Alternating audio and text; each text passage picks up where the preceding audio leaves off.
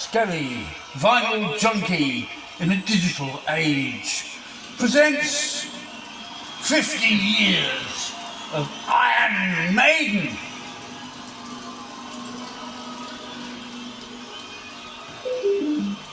We shall go on to the end. We shall fight in France. We shall fight on the seas and oceans. We shall fight with growing confidence and growing strength in the air. We shall defend our island, whatever the cost may be. We shall fight on the beaches. We shall fight on the landing ground.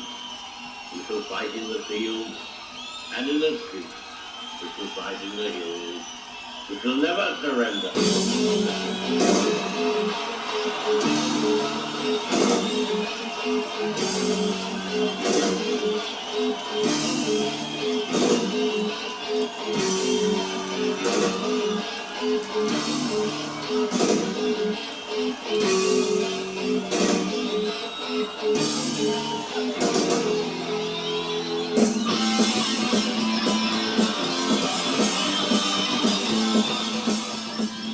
Greetings, brethren. Welcome to Vinyl Junkie in a Digital Age with me, SKELLY. Indeed, Iron Maiden have been going now for 50 years. And what a band they are, an amazing band. They've had their ups, they've had their downs, they've had their line-up changes, and a bit like the Priest, their main frontman, Bruce Dickinson, did leave the band for a number of years. The 90s wasn't the kindest to these kind of bands, and we'll come to that in a moment. Iron Maiden at 50. What can we say about them?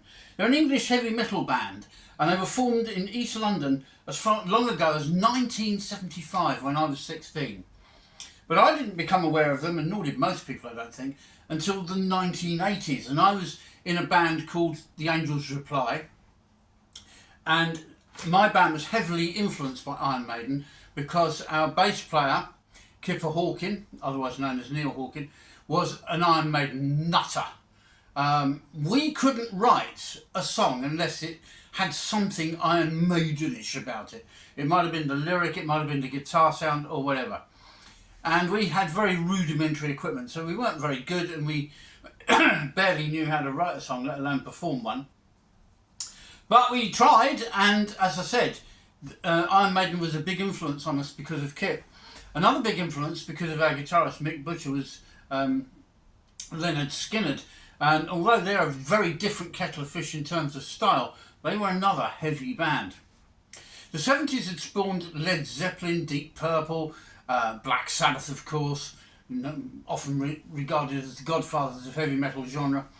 There were a lot of good heavy bands, but the 80s was when I believe the genre burgeoned, because Judas Priest took over heavy metal and developed it into the mammoth and amazing thing it is today. And Iron Maiden played a part in that too, as did Samson and Saxon. They were the main bands I listened to in the 80s. And Iron Maiden were part of what we call the new wave of heavy metal. But Maiden had a lot more than just some really good music. They had a whole image thing. They had an art thing. Now you're probably wondering why Crossbones Skull is sitting there at the moment. We're not reviewing that album today. In fact, if you look on our channel, there is a separate review for this excellent album, Evil World Machine by Crossbones Scully. But this cover and this artwork have something in common. They're both designed by a guy called Mark Wilkinson. That and that. An album cover artist extraordinary. And of course, he designed a lot of the Iron Maiden covers with, and you can see if you can get close, you can see a little badge there with Iron Maiden written on it. And this character was called Eddie, and he was on the front of many of the Iron Maiden albums. The lineup as they are today, which we'll talk about in a few moments, are over here. The very early band had a very changeable lineup for some time. Their first real album, or a couple of albums I think, were with Paul Di'Anno, who quickly fell from grace in the band and gave way to Bruce Dickinson, the guy we know today. The band also were noteworthy in the 80s because they had hit singles.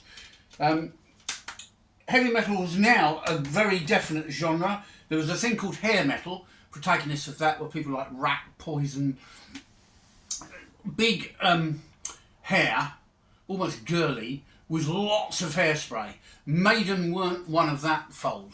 They were definitely new wave of British heavy metal. And the bit you heard at the beginning was from the Churchill speech, from the Second World War, Churchill's speech. Now you can't get more English and British than that.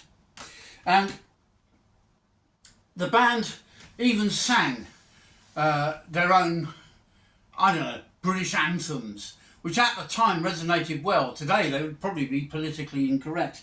Titles like Invaders and things like that you can often get misused with good intention possibly, but not necessarily good outcomes. And so we have to be careful what language we use today. But that was not so much the case in the 1980s. So from 1999 to the present day, this line up here, we had Bruce Dickinson coming back to the band after a few years absent, replacing Blaze Bayley on the vocals. We had Steve Harris, or still have Steve Harris on the bass. Dave Murray plays guitar. Janik Gers, he plays guitar. Adrian Smith, another big Maiden name from the early days, he plays guitar. Nico McBrain is on the drums. I love that name. And of course, good old Bruce singing the vocals. And as a side hobby, Bruce also flies about in aeroplanes. We didn't need to know that, did we, really? I spoke of this band being also a singles band, which not all heavy metal bands were. The Priest were, Judas Priest, and of course Iron Maiden. Did you know they had 48 singles? And some of them were hits. Amazing. They've released in total 17 studio albums. And we're going to look at the top 10 of those albums as rated by Kerrang magazine. Now, Kerrang was kind of the Bible of heavy metal in those days. It was a very influential magazine, and if you were in Kerrang, you had credibility, I'll tell you. And nobody had a lot more credibility than Iron Maiden. This is an issue of Classic Rock magazine. Let's find out which issue it is. It is, we'll find out in a moment. 337 it is. That's the one to look for when you're buying your back copies. Iron Maiden, celebrating 50 years. And with this magazine came these wonderful posters that I've got here. So if you think Skelly the Vinyl Junkie spends fortunes of money to entertain you and decorate his studio for you, you're wrong. I do everything on the cheap. And I make no apologies for it. Being a rock fan doesn't have to be expensive. That's my message, I guess. So with Iron Maiden, says Classic Rock magazine, celebrating their 50th anniversary this year, we talked to all the members of the band and looked back over the successes, trials, tribulations, thrills, spills and genre-defining records of the longest running and arguably greatest heavy metal band of them all. I would rate Maiden and Priest as Britain's best ever heavy metal bands, followed not far behind by Rainbow. Rainbow were a different ilk again. They were more kind of castle rock. They definitely had one foot in the 70s, and they didn't exactly typify the 80s. But if you get the Maiden album I'm going to feature a little bit later on the vinyl, and something of that era from Priest, like Stained Glass, or British Steel, you will have archetypal British new wave of heavy metal, or the new wave of British heavy metal, whatever way you want to put it. In Classic Rock magazine, as it says on the opening statement there, they go through all the band's ups and downs. Steve Harris talks about starting out as a band. You don't think far beyond your first album. You dream about touring the world. And anything else that comes along is a bonus. Steve Harris notes, the show that we do is a very physical thing. I think that goes for most hard rock bands. How long can we keep it going? I don't really know. Well, 50 years is quite a long time, Steve. I think you've done really well. And looking at the Stones today, I'm beginning to think that you've got to call it a day after maybe 50, 60 years. Once you start approaching that big 8-0, I think it's time to say, maybe we should just trade on former glories. Bruce Dickinson, I always wanted this to be the most extraordinary heavy metal band in the world. Well, I can't argue with that, Bruce. You've certainly achieved that, without a doubt. Dave Murray, in the late 90s, it seemed like it was coming towards the end. They weren't such a happy band without Bruce. Until Bruce and Adrian came back. A bit like Judas Priest when they got Rob Halford back. They kind of entered a new purple patch, it seems. Adrian Smith notes, the 80s were very intense for everybody. Sometimes I completely freaked out. I think a lot of people did, Adrian. And Janet Gers says of the band, he's a more recent member, this is part of my life. It isn't my whole life. You won't see me walking up Chiswick High Road with my bullet belt on. No, he does that in Hemel Hempstead. I'm only joking. I don't know where the guy lives, and I'm sure it isn't Hemel Hempstead. But there we are. Iron Maiden. Down to earth group. Fantastic group, and they've been going for 50 years. Now, a lot of bands, after they've been going a very long time, get a little bit, they go through stale patches where they're not coming up with perhaps their most exciting work of all. But Maiden seems somehow to keep people excited throughout their entire career. Their last album was quite divisive. It was a weird album. I've not really delved into it much, but the one before, from 2015, The Book of Souls, is fantastic. Now, the reason I started off talking about that is because it comes in at number 10 on Kerrang's top 10 Iron Maiden albums to own.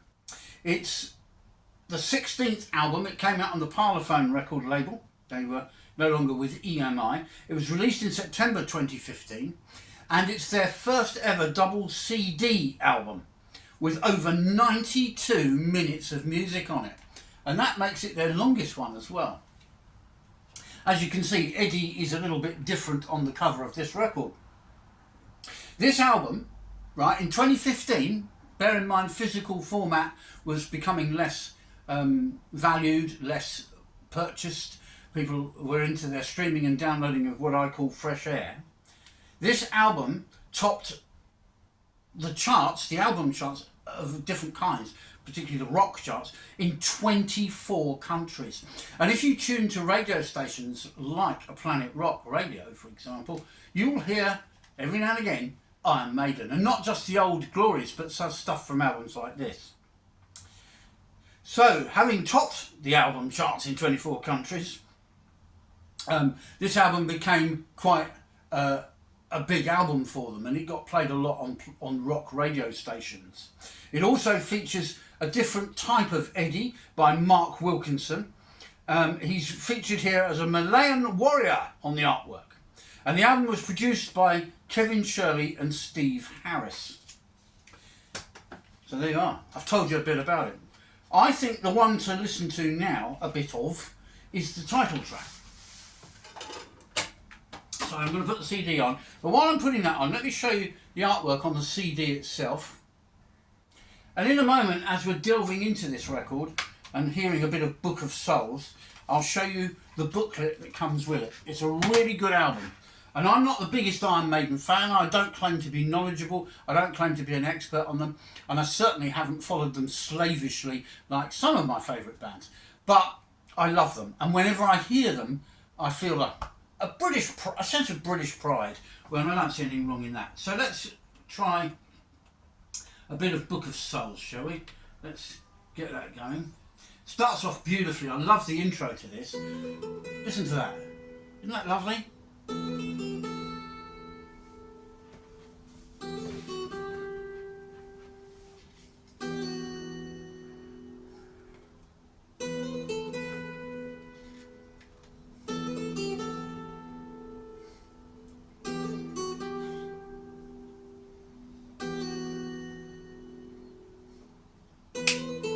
Ah, I clicked at the wrong moment.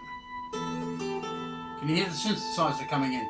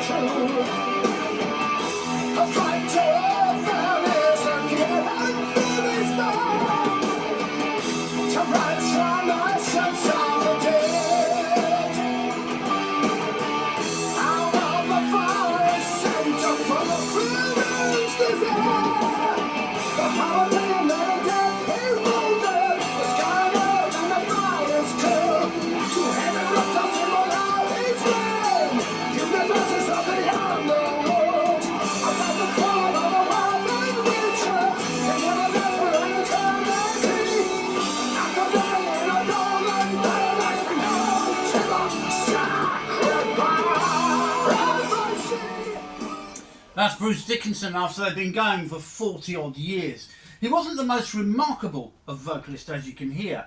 His was a fairly straightforward vocal approach, but he had the pipes and he certainly had a bit of a range to his voice. He was no Robert Plant or Rob Halford, having said all of that. But he was certainly a lot more gymnastic in his vocals, let's say, than, say, Brian Johnson of AC/DC. He had quite a limited kind of range. Track 2 on the album, we'll finish with that before we move on, is fantastic. I've got to play you a bit of this because it was a single from the album. Singles don't mean a lot these days, but here we are, Speed of Light.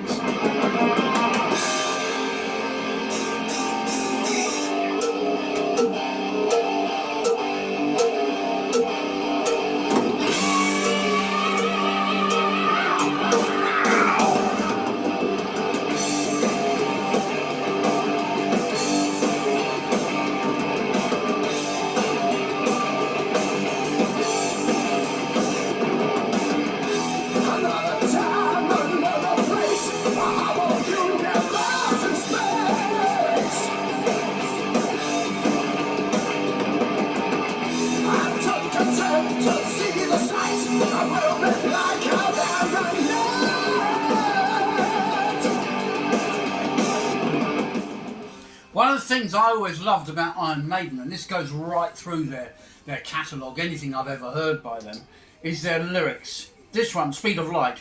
Another time, another place, a hollow universe in space. I took a trip to see the sights. I will be blacker than the night. I mean, wow.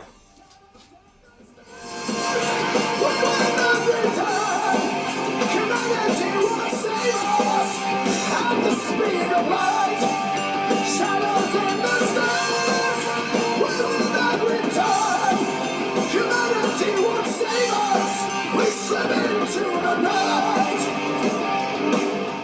I mean, what a riff as well. This was a band that had been going for 40 years, and like the best of these bands from the 80s, they were still coming up with killer riffs.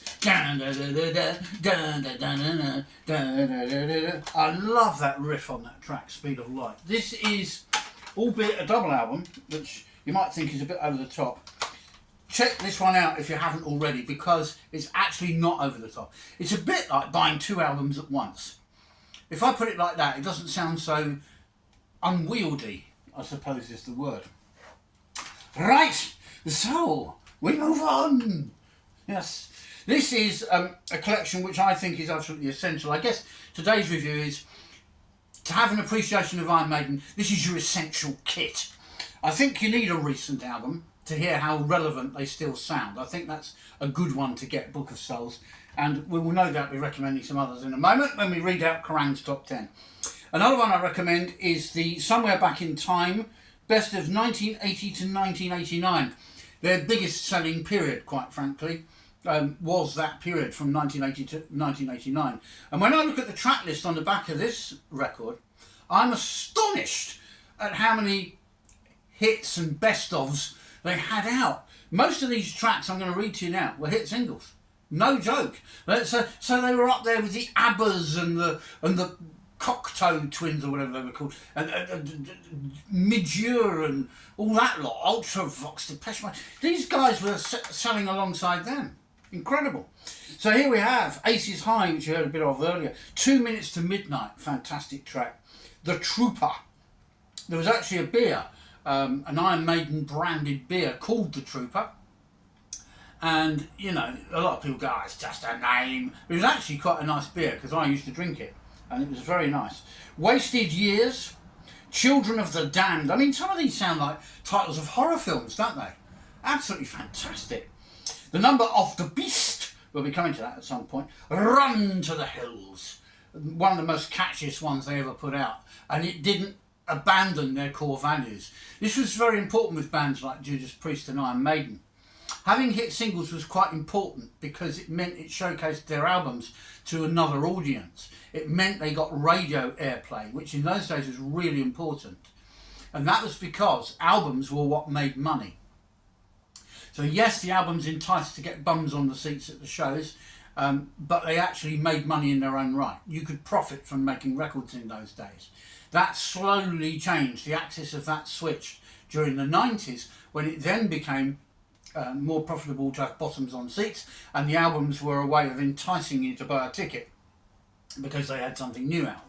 And then, of course, as we know, as we moved into the noughties, the merchandising and other things you could trade with as a band, maybe a brand of coffee, a brand of beer, clothing, all kinds of things, then fed into how a band kept afloat and made money. Run to the Hills then, one of their most catchiest numbers, but not abandoning the core values. It was very important that the hit singles were carefully chosen to be easy on the ear to some extent, but didn't abandon the values of the band, because then if you bought the album, you might feel a bit disappointed if they were too poppy on the singles. Phantom of the Opera was a big one of theirs. The Evil That Men Do, one of my personal favourite tracks ever of Iron Maiden. Rothschild is rather awesome. Can I Play With Madness, which I actually sing to myself a lot without actually remembering who it was by. When I'm feeling a bit nuttified, as it were, a bit loony, Can I Play With Madness? And it's amazing how many people don't know who that's by. But I was working with a young chap, he's only in his 20s, right? His name's Jack, so if he's watching, hi Jack. And he got me turned back onto Iron Maiden after many years of not really bothering with them. In fact, it's one of the reasons I went and got Book of Souls on CD. I thought, oh yeah, I haven't had any Maiden in my collection for a bit. It's about time I rectified that. And he actually goes, he went to see them on their 50th anniversary tour this year, or he's about to go if he hasn't been already.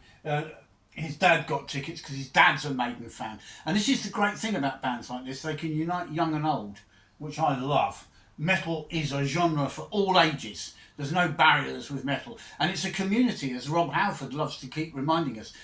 The metal maniacs, as he calls us, are a community of people. And when you go to these gigs or gather at their gatherings, you meet like-minded folk, and it's quite inspiring.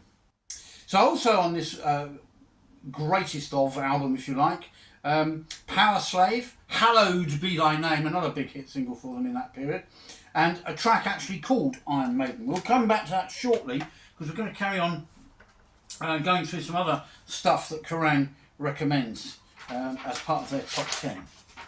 So at number 9 on their top 10 Maiden albums to own, okay, we have A Matter of Life and Death. This was released in 2006, so it does feature Bruce Dickinson.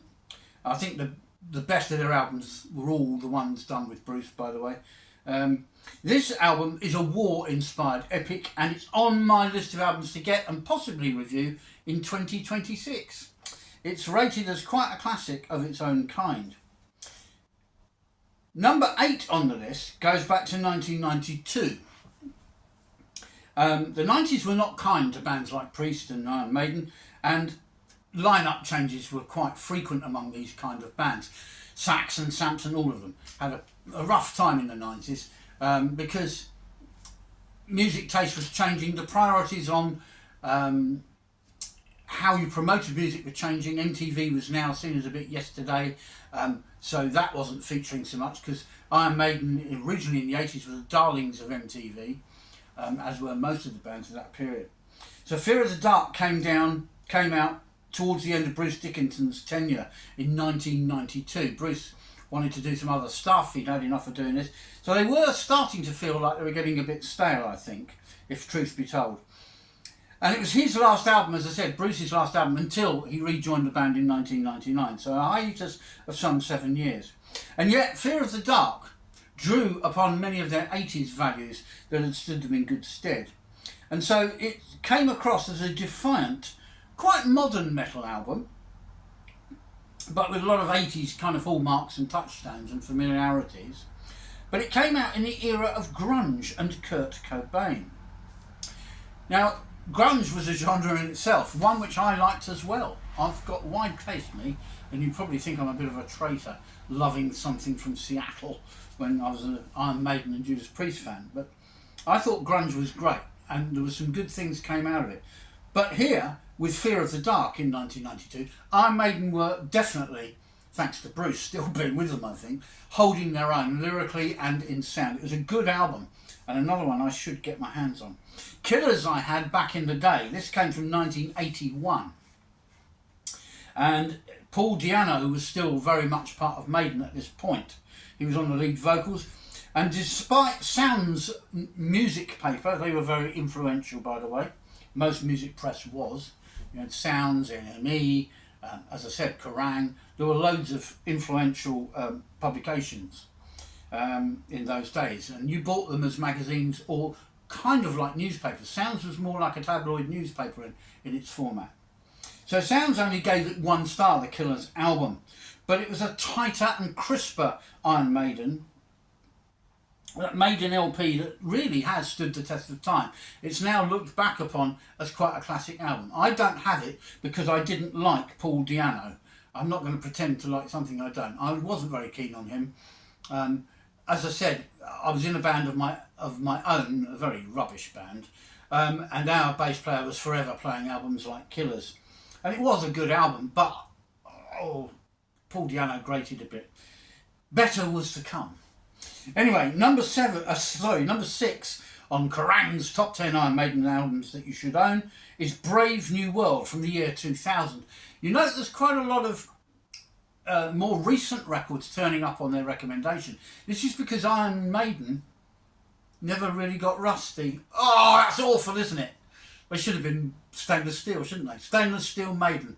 No, it doesn't quite work. Anyway, seriously though, they had their lulls, but very few. And they didn't really get tarnished. Oh gosh, these metal references I'm making. Terrible. Terrible puns. Anyway, so Brave New World in 2000, the beginning of the millennium. So Bruce is back on board, of course.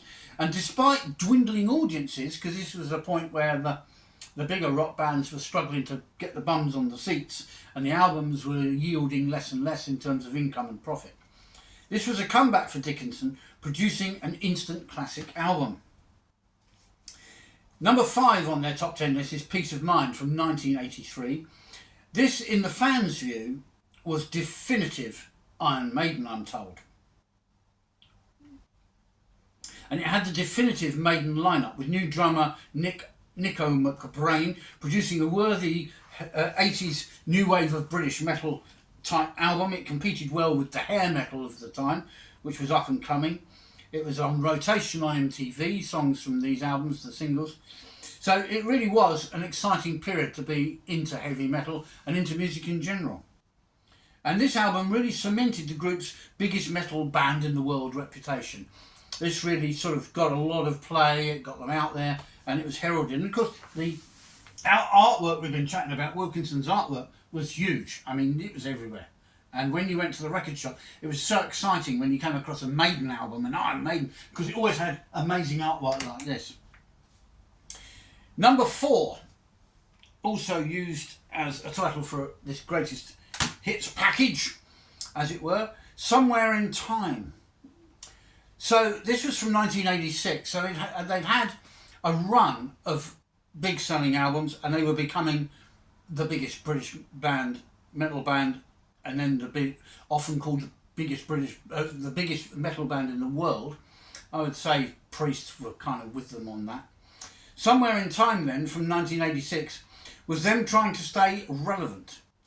Creatively, they were struggling a little bit, like most bands who've had a very prolific period. Because bear in mind, records came out much more frequently then. You didn't wait 3, 4 maybe years or longer for the new album from your favourite band, Alice Cooper or whoever. They were expected to produce an album a year back then, because the records made the money.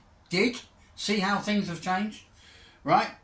And remember, we talked about the cost of vinyl records. We said now they're anywhere between 25 and 40 quid, which is only about 10% of a weekly income. Back then they were only about 10% of a weekly income as well, but you were buying more of them if you were following a band, because they were releasing something every year. But back in those days, people weren't competing in the same way for your money. Now there's mobile phones, there's nail bars, there's gymnasiums you're expected to join, and all sorts of other so-called essentials in our lives that take priority over buying vinyl records or CDs. Hence the change in priorities. Okay, so where were we? Peace of mind. Yes, we talked about that. Somewhere in time from 1986 was them trying to stay relevant, struggling a bit creatively. But what they did at that point, it is the 80s after all, they experimented with guitar synthesizers. And unlike other bands that messed about with synthesizers and 80s type sounds, it actually worked quite well. Maiden didn't lose their touch, whereas many bands did. The Status Quo's 80s output is pretty lamentable. And Slade didn't really sound like Slade anymore on albums like Rogue's Gallery. But the Maiden kept their integrity. How they did that, we'll never ever know. Number 3, I put it as number 1 on my personal favourite albums list of that period. But number 3 on Kerrang's list of Iron Maiden albums is the one that does it all for me. It ticks every box a heavy rock album should tick. It's called The Number of the Beast. It was Iron Maiden's 3rd album. It came out at that time they were still with EMI. It was released in March 1982, so it's the follow-up to Killers. It was the first album to actually feature Bruce Dickinson on vocals, and it was the first time I actually loved listening to Maiden. Singles from this album included Run to the Hills and The Number of the Beast. So we'll pause there to play something from Number of the Beast. And look at the artwork. Isn't it stunning? There's Eddie there. There's the devil, Number of the Beast, remember? The back cover features kind of, they didn't have AI and all the computer imagery they have now. So you used to have to cut pictures out of things and place them on their backgrounds. Quite quaint, I think you'd say. The inner sleeve is a bit of fun with some strips of film there. Rather natty. And all the lyrics printed for you to follow on the album. Now there's tons of good stuff on the album, and one of my favourite tracks is track 2 on side 1, which is Children of the Damned. And one of the reasons I love it, it's not just the lyrics, it's the fact the title actually sounds like a flipping horror film. But there's a close-up. This is a repressing of Number of the Beast. It has a barcode on the back. So it's a modern pressing. I was in Empire Records in St Albans, always like to give them a mention, with Dave and Eddie, I seem to remember. And I was looking at second-hand Maiden albums at the time, because I wanted some vinyl because I had this back in the day.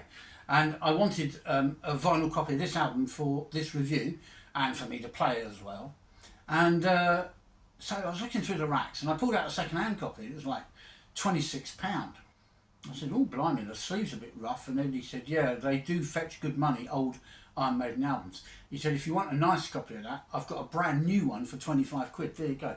And there's the label on the modern pressing. Isn't that awesome? So, as I said, Children of the Damned is one of my favourite tracks on this album. And I had this album back in the day. I hadn't actually bought a Maiden album up to this point. But as I say, the guy in my band was going on about them so much.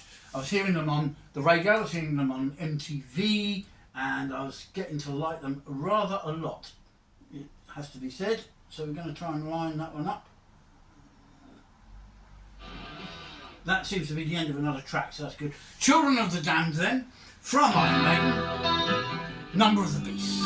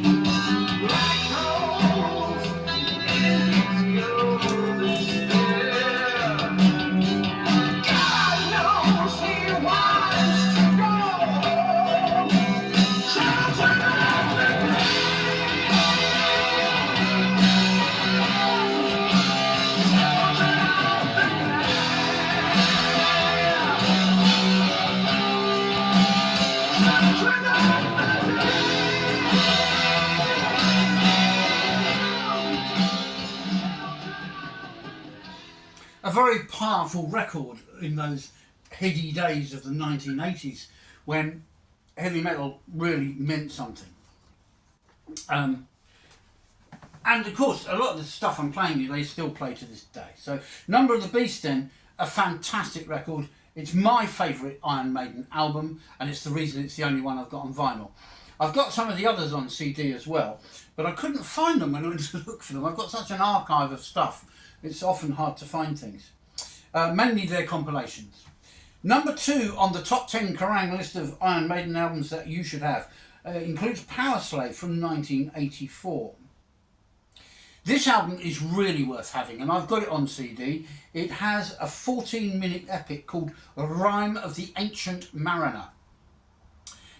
Whilst remaining stoically British and English in their approach to things, Iron Maiden covered lots of topics from the Mayan warriors of Book of Souls, which ties in with Mayan beliefs, by the way, getting your name in the Book of Souls. Right the way back, they covered nautical stuff, they covered, as you know, World War II type themes, they covered invasion, repelling invasion, all kinds of things. Because Britain has been home of migrants for centuries. I mean, you go back to the Normans, the Vikings. I mean, we've been invaded so many times over. And we still seem to keep going somehow with bands like Iron Maiden. I think that's wonderful. The Power Slave album also had 2 singles from it, Aces High, which we played a little bit of. But another one, which is another of my massive favourites, is called 2 Minutes to Midnight. Now, 2 Minutes to Midnight, you had to be in the 80s to realise how big this was. It got played an awful lot. And it's got its own character.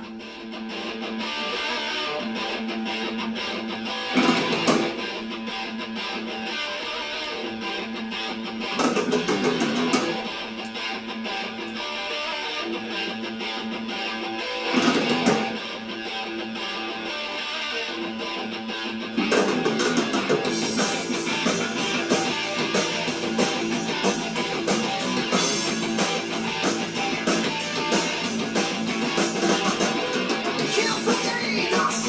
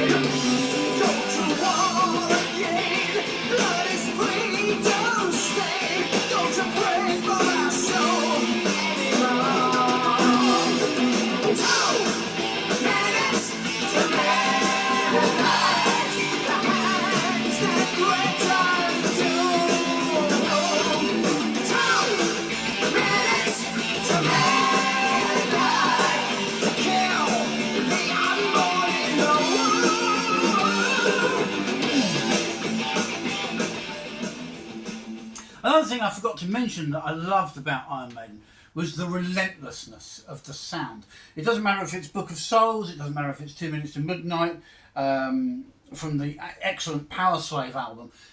There's a pace to everything Iron Maiden do. Even if they start off gently, it doesn't usually last very long. And in that regard, they remind me a little bit of Anvil in that they never sold out. And you can't say that for many bands, but Iron Maiden never ever sold out. Yes, they did singles, and yes, some of the choruses are quite catchy, could almost be a pop song. But as you heard from 2 Minutes to Midnight, they were still very much a rock band, even on their singles. The number one album that Kerrang recommends, and therefore its favourite, is Seventh Son of a Seventh Son from 1988, which I thought I had, and maybe I don't. I think originally I had it on the vinyl, but like with all my vinyl from the 80s, it all got sold off as the CD took over, and I used the money to sort of decorate my house. At the time, I was young and hard up, I had a young family as well. So maybe my priorities were right, and I'm beginning to wonder these days. Seventh Son of a Seventh Son from 1988 was a really great album. The whole concept of the whole thing was good versus evil. And the main character in this concept was a boy with supernatural powers, a kind of superhero. The lineup from 1982 to 1990, the most prolific and most successful period of the Iron Maiden albums for sure, and the most prolific period, as I said. Steve Harris on bass, Dave Murray on guitar, Adrian Smith on guitar, Bruce Dickinson on vocals, and Nico McBrain was on the drums. So the lineup was very little different from today's lineup, and that's remarkable in itself, and must stand as a testament and tribute to the chaps in the band. What great guys they were. Well, still are. What do I mean were? Stupid boy. Right, so we've got to finish with something, haven't we? And I was toying with so much from my favourite album, Number of the Beast. But it's a compelling album and it's well worth digging into. And I'd say if you're starting an Iron Maiden collection, start with what I've shown you today. Get Book of Souls because it's modern and relevant. Get the Somewhere Back in Time and get some vinyl. And maybe get on the vinyl most of those ones I read out to you on the top 10. I don't think you'd go far wrong with any of that. So, I've got to play something that everybody knows, I decided, rather than try and be clever or look as if I'm more into Maiden than I really am. They are, for me, one of many bands I love, and what I love about them is their Britishness. What I also love is this. I don't care if it's a hit single, I don't care how many times you've heard it before. I think it's absolutely brilliant. And that was the end of a track before it. Here we go. I think it was Invaders. Listen to the drum intro on this. Brilliant!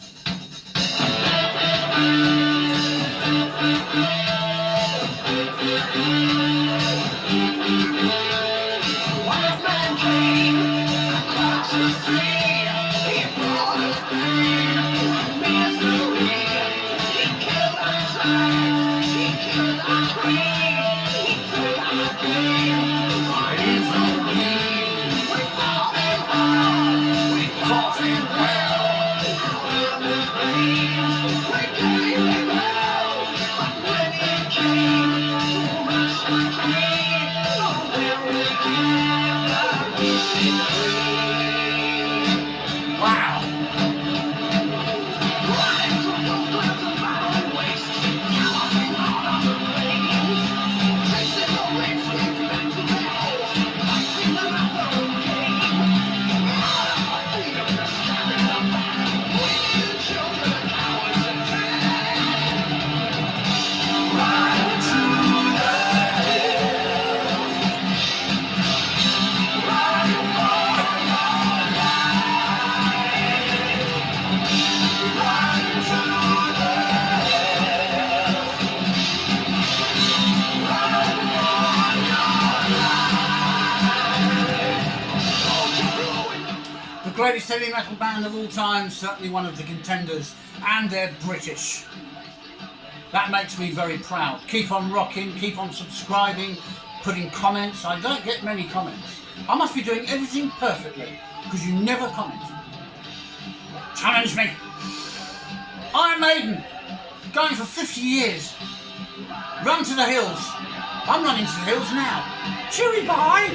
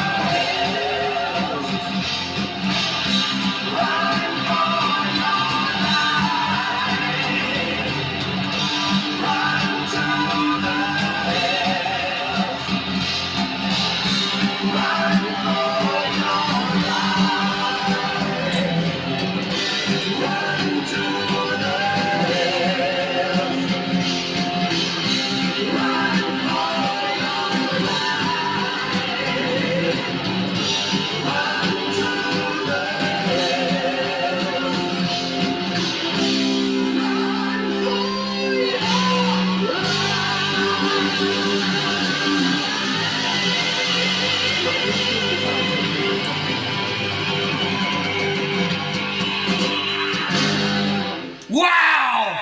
Keep on rocking.